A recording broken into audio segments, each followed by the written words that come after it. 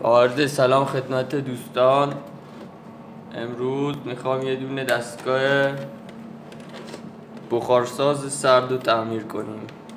خب بریم سر اصل مطلب. این وقتی میزنیم بی برق یه دونه LED قرمز روشن میشه که به ما میگه آب داخل دستگاه نیست و برق مدار قطعه. عمده مشکلی که تو دستگاه پیش میاد یا مشکل از سنسور شناوره یا پیزو الکتریک خراب میشه. خب حالا بریم ببینیم مشکل از کدوم از اینه. خب در دستگاه رو باز میکنیم.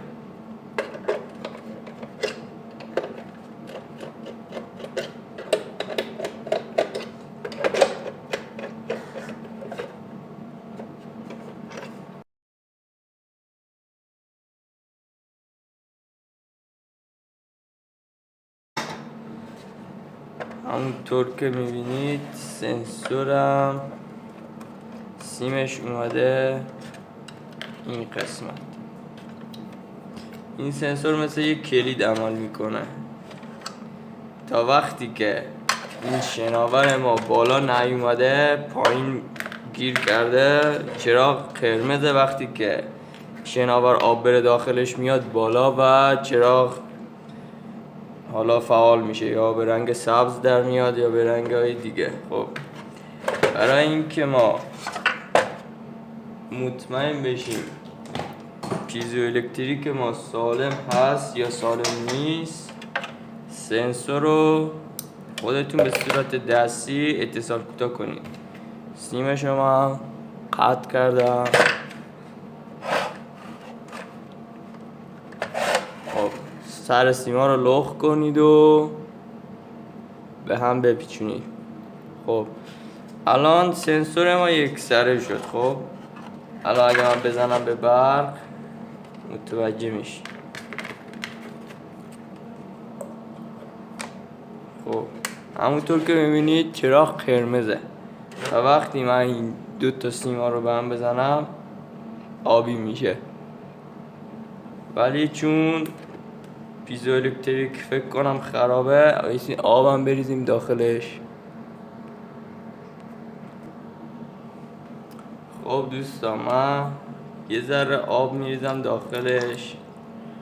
کار فعلا به اون سنسوره نداریم ما همین دو تا سیما رو که بزنیم به هم یعنی داریم عمل همون شناور رو انجام میده. خب روشن میکنم قرمزه. خب متاسفانه پیزو الکتریک ما کار نمیکنه. خب نگرانی نیست چون پیزو الکتریک نو تو بازار هست و من یه دونه گرفتم که اگه خراب بود جایگزین کنم. خب از برق میکشم بیرون و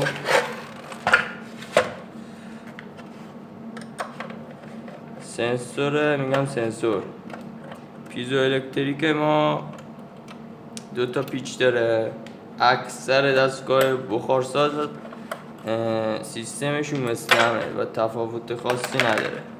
یه دونه شناور دارن و پیزو الکتریک. خب این پیزو الکتریک که خراب شده یه دونه دیگه جایگزین میشه.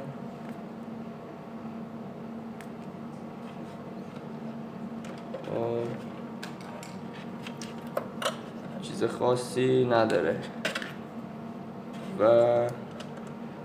بسته میشه.